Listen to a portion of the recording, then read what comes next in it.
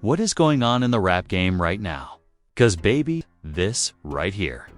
This ain't just rap beef. This is next level, federal indictment, dark alley, backroom phone call type drama. Word just dropped, and when I say dropped, I mean leaked straight out of the FBI archives that they've been secretly sitting on a prison phone call involving Lil Durk. And y'all, what he said in that call, it's got the streets buzzing, fans shook, and even his own crew looking at him sideways. Now listen, before we dive in, just know this ain't for the faint of heart. Because this ain't just about Durk, this is about King Von. And let's be real, Von's name has never rested in peace. There's always been whispers, rumors, and quiet side conversations about what really went down. But now, the FBI allegedly got audio that suggests Durk might have been involved in covering up major details surrounding Von's case. We're talking shocking revelations, coded words, sudden moves, and straight-up betrayal. And this leak, it just cracked the whole thing wide open. Stay locked in, 'cause what we about to expose might change how y'all look at OTF forever. The call came through at exactly 11:47 p.m. Durk was locked in at the time. Quiet, calm, but his tone was off. Something in his voice just didn't sit right. FBI agents monitoring the line, supposedly, for a totally separate investigation, picked up on the change immediately. And according to a leaked report that just surfaced last night, that call wasn't just a regular check-in with his team. It was the trigger that unraveled a secret so deep, it's got the streets questioning everything they thought they knew about King Von's final days. Now, here's the thing. This ain't no conspiracy cooked up by bored fans on Reddit. This is coming from an alleged Fed informant, known only as Source D12, who claims to have had direct access to a series of tapped calls made between late 2021 and early 2023. And guess whose name kept popping up? King Von. Not only that, but there were mentions of wiped phones, paid-off witnesses, and coded messages sent through Cash App notes and burner phones. And Durk was allegedly right in the center of it. Fans are shook, and honestly, we all should be. Because this ain't just about guilt or innocence, this is about loyalty. This is about the code. And if what's being said is true, then someone violated in a major way in the call. Durk allegedly referenced clearing the path, which now has folks speculating whether that meant covering tracks related to Von's involvement in the infamous Atlanta case. You know, the deadly altercation that still has unanswered questions and sealed files. What's crazier is, he didn't say Von's name directly, but he kept saying things like, he knew too much, and if the files drop, it's over. Who was he talking about? Some are saying it might have been a third party, someone close to the crew, but others believe it was a subtle nod to Von himself, maybe even a sign that there was tension brewing before his death. And here's where it gets darker. Durk's cousin, known online as Reese, took to Instagram Live just hours after the leak hit the blogs, and his reaction? Straight panic. He didn't deny the phone call existed. In fact, he low-key confirmed it. In the middle of the live, he said, "Man, this why I told Brewer to stay low. Too many eyes, too many mouths." Now look, they airing out everything. Fans were quick to screenshot, screen record, repost, and the comments. Wild, so y'all really sacrificed Von. This the real reason y'all ain't post his anniversary. OTF snake vibes. It got ugly real quick. But this isn't the first time someone's accused OTF of not standing on business when it came to Von. Remember when fans started noticing that Durk stopped mentioning Von in interviews? Or how his last few albums barely had any dedications? People brushed it off at the time, saying he was grieving in private. But now, with this new leak, it's starting to look intentional, calculated, like he was trying to create distance. And maybe he had a reason to. Let's rewind for a second. Back to November 6, 2020, the night Vaughn was killed outside that hookah lounge in Atlanta. We all saw the footage. It was chaos, bodies dropping, shots fired. But what a lot of people missed was what happened in the hours leading up to that moment. Vaughn was reportedly agitated, paranoid, texting someone aggressively. And now, with this new information, some are speculating that he may have gotten wind of something, maybe a betrayal, maybe a setup. The question is, was Durk involved in whatever had Vaughn so on edge that night? A former affiliate, who goes by the name J-Bo, did an interview just 2 months ago where he hinted at some unspoken tension between Vaughn and Durk. He said they wasn't beefing, but you could feel it. Vaughn started moving different. He ain't trust nobody towards the end. Not even folks he came up with. At the time, that quote didn't get much traction. But now, fans are digging it up and connecting the dots. And the picture they're painting ain't pretty. And y'all know how social media do? They took it and ran with it. Twitter Spaces, TikTok conspiracy threads, even Facebook antis chiming in like, I knew that boy Durk was shady, but not everybody's buying it. Some fans are standing 10 toes down, saying the FBI is just stirring up drama, trying to pit black men against each other. Others think the leak is fake, a deep fake, AI-generated audio, anything but real. But the damage is done. The seed has been planted. And now every old photo, every song lyric, every interview clip is being rewatched under a whole new lens. And speaking of lyrics, let's talk about Durk's verse on that unreleased track that just hit YouTube last week. The one that got mysteriously pulled down within hours. In the snippet, Durk raps, had to move, smart. Couldn't let love make me crash/heart cold. Sometimes loyalty don't last. At first, fans thought it was about India, his ex. But now, some are saying that bar was about Vaughn and the guilt he's been carrying since that night. But what's really wild is how this leak is dividing people within Durk's own circle. Sources close to ADF say the camp is tense, and there's whispers that some members are considering jumping ship. Not because they think Durk is guilty, but because they don't want to get caught in the crossfire of whatever the feds are planning next. And with source D12 saying there's more audio to come, folks are bracing for the worst. Meanwhile, Vaughn's sister Kayla B has been suspiciously quiet. Which is odd, because she usually speaks up quick when anything involving her brother hits the blogs. But this time, radio silence. And fans are noticing. Her last tweet was over 3 days ago, just a heartbroken emoji and a lock. Cryptic but loud at the same time. Is she protecting something? Or is she just hurt that someone her brother called Twin Mitov betrayed him behind closed doors? And let's not forget, this ain't the first time Durk's name has been tied to legal drama. From the 2019 shooting case with Vaughn, to his sudden withdrawal from certain public appearances, to those industry whispers about sealed deals.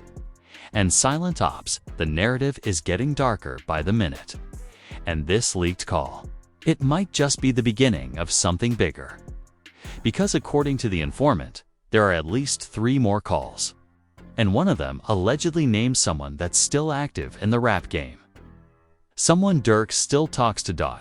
As the feds build their case, the streets are building their own theories. And while nothing is confirmed yet, the tension is undeniable. The bond between Durk and Vaughn, once seen as one of the strongest in rap, is now being questioned at its core. Was it real, or was it all smoke and mirrors? Betrayal hidden behind designer chains and catchy hooks. And just when you think it can't get crazier, a new player enters the chat, someone from Vaughn's past who says they have receipts, real ones, and they're ready to speak. But only if the price is right. The internet went wild when a mysterious post hit Instagram stories from a burner account called @TruthOnVonks. No followers, no posts, It's just one story with bold white text on a black background that read, "I was there. I know what happened. Vaughn ain't die for nothing. Y'all better come correct or the world's gone hear it all."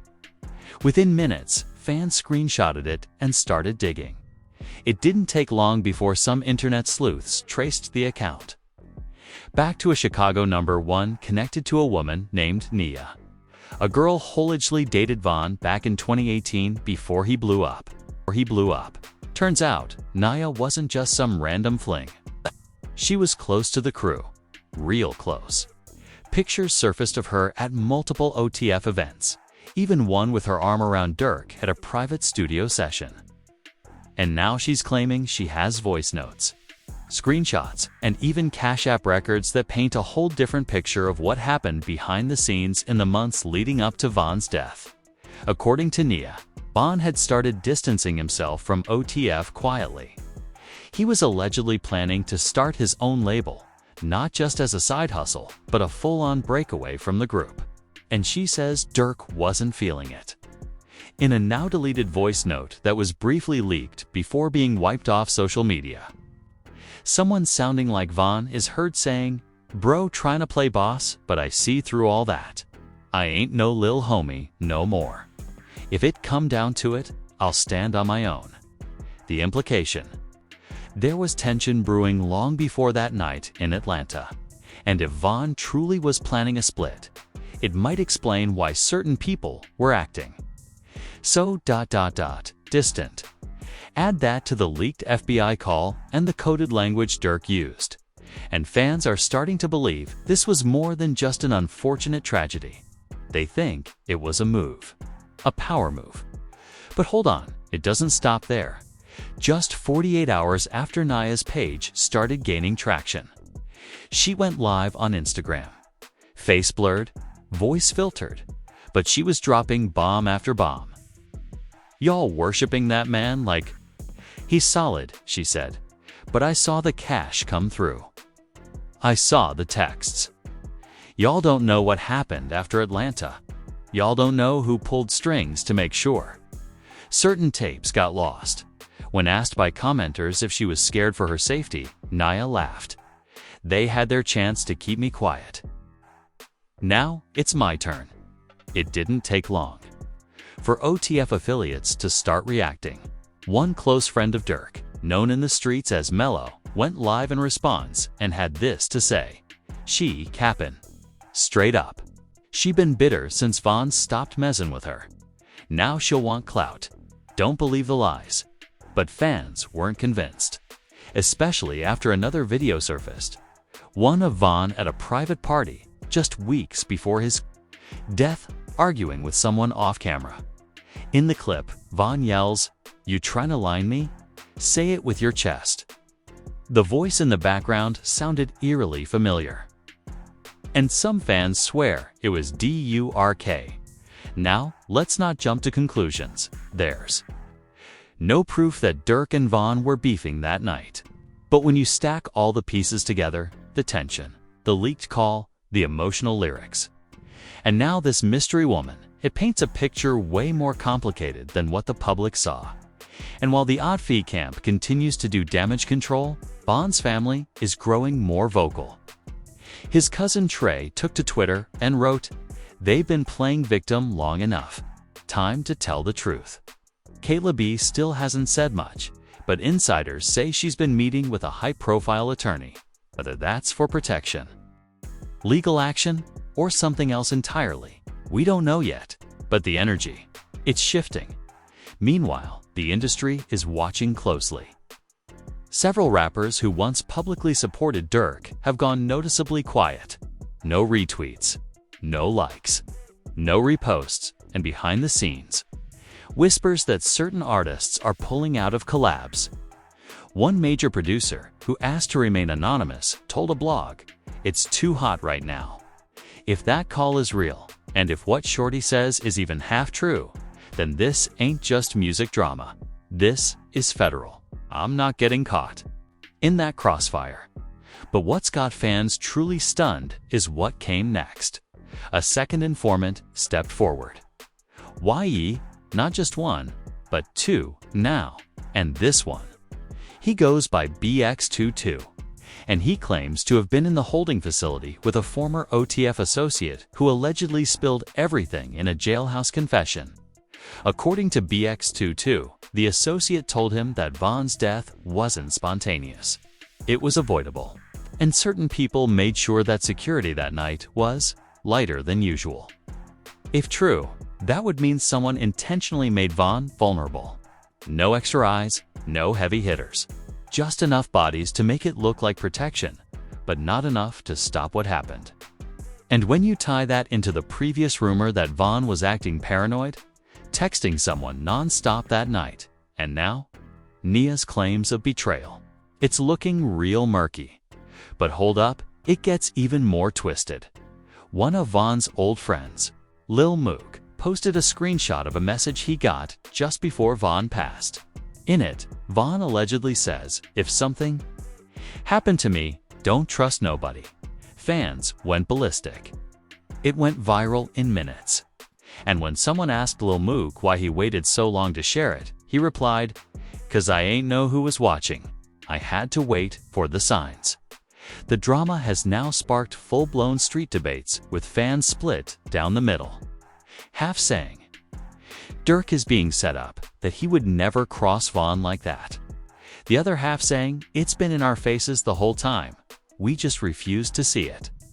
And in the midst of it all, Durk himself has stayed silent. No tweets, no statements, not even an IG story. For someone who usually responds to drama quick, that's silence. It's loud. The feds reportedly now have all three of Durk's past burner numbers flagged. They're combing through data, text logs, and even flight records from that week in Atlanta. And word is, there's more than just audio. Someone, possibly source D12, has provided them with a hard drive.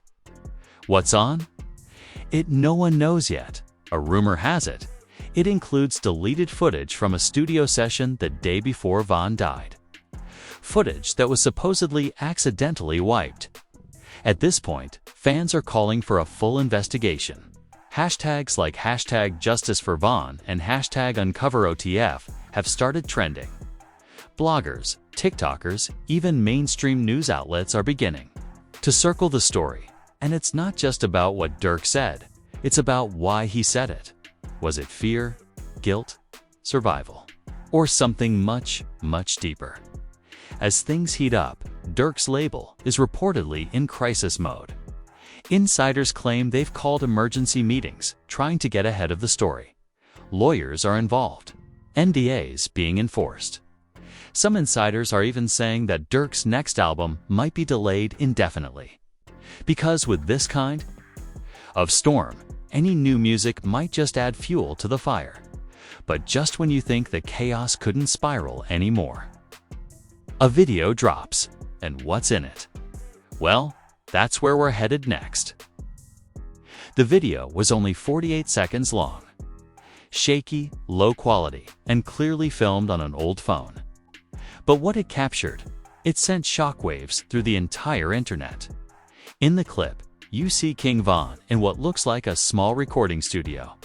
He's pacing, agitated, shirt off, chains swinging. Someone off camera says, "Bro, calm down. It's handled." Von turns, looks directly into the lens, and says, "Nah, it ain't handled. 'Cause if it was, I wouldn't be out here with no answers." Why bro acting like this ain't his problem. The video cuts off before we hear who Von's talking about. But the timing, the energy, the look in his eyes, fans are convinced he was talking about Durk. Immediately, bloggers start dissecting the footage. Outfits matched up with other clips from October 2020. Background posters reveal the location. A known studio in Atlanta that both Von and Durk used often. All signs pointed to the video being real. Now, here's where it gets wild. This clip, it wasn't new. It had been buried, allegedly saved in an old cloud account linked to one of Von's ex-engineers. And that engineer, who goes by the name Ghost said he'd forgotten it existed until someone anonymously paid him to release the truth. Ghost says he got a Cash App payment for $5,000 with a note that read, "Let the world know what really happened." He didn't ask questions. He just uploaded the clip. And now, it's gone silent. Deleted his account. Disconnected. His number, nobody knows where he is. At this point, the internet is on fire. Fans are demanding answers. People are calling out Durk by name. Hashtags like #WhereIsDurk and #DURK. Explain this start trending. Celebrities are chiming in. One famous R&B singer tweeted, "Watch who you call twin. Not everybody real." Even rappers who were once cool with ATF are distancing themselves. A certain West Coast rapper unfollowed Durk the same day the video dropped. Coincidence? Fans don't think so. But let's dig deeper, because while the public was reacting, Durk's camp was moving behind the scenes. A cease and desist letter was allegedly sent to multiple blogs that posted the clip. One blogger who leaked the letter says Durk's lawyers called it defamatory, misleading, and potentially dangerous to ongoing investigations. But they didn't say it was fake. And that silence, that's got everyone talking. Even academics, the ones who swore Von and Durk were locked in for life, are now saying it's looking suspect. One hip-hop podcast host said, "I was there. When Von and Durk did that first joint interview, the love was real. But now, it's like everything's unraveling." And that call, man. If it's real, then what we thought was brotherhood might have just been business. And speaking of business, let's talk money. Word on the street is that Von's estate has been battling behind closed doors with people tied to Otsov. Unpaid royalties. Yup, allegedly. Von's family hasn't received a full breakdown of streaming revenue from several collabs he did with Durk. And with the amount of views and plays those songs got. That's no small amount. Von's uncle Rains, who rarely speaks publicly, posted a scathing message on Facebook. He wrote, "I've been holding my tongue long enough. Y'all gone? Respect my nephew or the whole city gone. Stand up." Then, he dropped a comment that really stirred the pot. They knew what was coming. That's why they stayed quiet after. What did he mean by after? After Von passed, after the call. The post got deleted in under an hour. But screenshots were already circulating. Meanwhile, Durk's silence was starting to speak volumes. No music drops, no lives, no interviews. Just darkness. Some said he was laying low to avoid legal consequences. Others said he was heartbroken, dealing with the weight of false accusations. But regardless of what side you were on, one thing was clear: the rap game was watching. And it wasn't just fans. Labels, executives, even other artists were paying attention. Then, in a move no one saw coming, Kayla B finally broke her silence. She went live on Instagram at 3 a.m. Face bare, tears in her eyes, voice cracking. "Y'all want the truth. Y'all really want the truth," she said, looking dead into the camera. Von ain't perfect. We all know that. But what he didn't deserve ... was betrayal. Not from people he loved. Not from the ones he fed. She didn't name names, but she didn't have to. Every word felt heavy, intentional, emotional. My brother knew something. He tried to warn us, but we ain't listen. We thought it was just Von. Being Von, paranoid. Now look. And when people in the comments started asking if she believed the FBI call was real, she paused, took a deep breath, then said, "I heard worse," double quotes. Boom. The live ended suddenly. Fans were left stunned. Some in tears, others angry, and the blogs. They went crazy. Headlines read, "Kayla confirms suspicions. Von's sister drops bombshell. Betrayal confirmed." But again, no proof. Just emotions. Just speculation. Just more fuel to an already blazing fire. And while the streets were spiraling, the feds were still moving in silence. According to one alleged leaked doc, agents are now seeking access to encrypted messages from a group chat that included multiple OTF members and affiliates. And the crazy part? That chat goes back months before Von's death.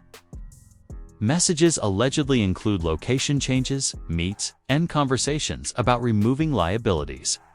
What that means? Still unclear. But insiders say the tone of those chats is what caught the feds' attention. Phrases like clean sweep, no footage, and he's slipping were reportedly flagged. And with the leaked audio, Nia's claims, the video clip, and now Kayla's emotional outburst, the pieces are stacking up. But wait, just when it felt like the story couldn't take another turn, someone from Atlanta steps forward. A former promoter who worked with Von during his last week alive. He goes by the name Richie S., and he claims that on the night of Von's death, someone called him from a blocked number telling him to delay the show by 30 minutes. That delay, it's what caused Von to be outside the lounge at that specific moment. And the voice, Richie, swears it sounded like someone from OTF. "I ain't naming no names," he said in an interview. "But I ain't stupid either." The call was weird. It felt planned. The patterns starting to emerge. Delays, missing footage, reduced security, coded messages. Now a second FBI leak supposedly coming next week. And guess what? Sources say it includes a voicemail, one left by Von never before heard the night before he died. As fans hold their breath, one question lingers louder than all the rest. ... What did Von know? The voicemail was just under 20 seconds long. No beat, no intro, just Von's voice, raw, emotional, and filled with something we hadn't heard before. Fear. It was reportedly sent to a private number belonging to his cousin, D-Man. Stayed out of the spotlight and rarely spoke on Von's business. But somehow, the feds got their hands on it. And now, it's leaking piece by piece to the public. In the voicemail, Von says, "If anything happened to me, just know I ain't go out blind. I seen everything, bro. The fake love, the switch-ups, the meetings behind my back. I should've left sooner." The message ends with a pause, then one last line, "Don't let them lie on my name." Those 7 words have now become a rallying cry online. Fans, family, even distant associates have started sharing throwback clips of Von, calling out the moments that now, in hindsight, feel like warnings. And with this voicemail now in the mix, the theory that Von sensed betrayal is no longer just speculation, it's real. But who were the them he was referring to? Some say it was industry snakes. Others say it was his own circle, specifically OTF. The word meetings especially stood out. And remember, Nia already said that Von was being pushed out quietly after he started talking about building his own label. So what were those meetings, and who was in them? Just as fans were connecting dots, another voice jumped into the fire, OTF affiliate, Lil Shad. Now, Shad had always been quiet, a background figure in the crew. But in a surprise move, he went on a podcast and opened up in a way no one expected. "I ain't gonna lie," he said, staring straight into the mic. Von knew too much, and that scared folks. He wasn't just a rapper, he had dirt on everybody. All the money, all the bodies, all the secrets, he had it memorized. The podcast went viral within hours. Fans couldn't believe what they were hearing. And when the host asked Shad if he believed someone in the crew wanted Von gone,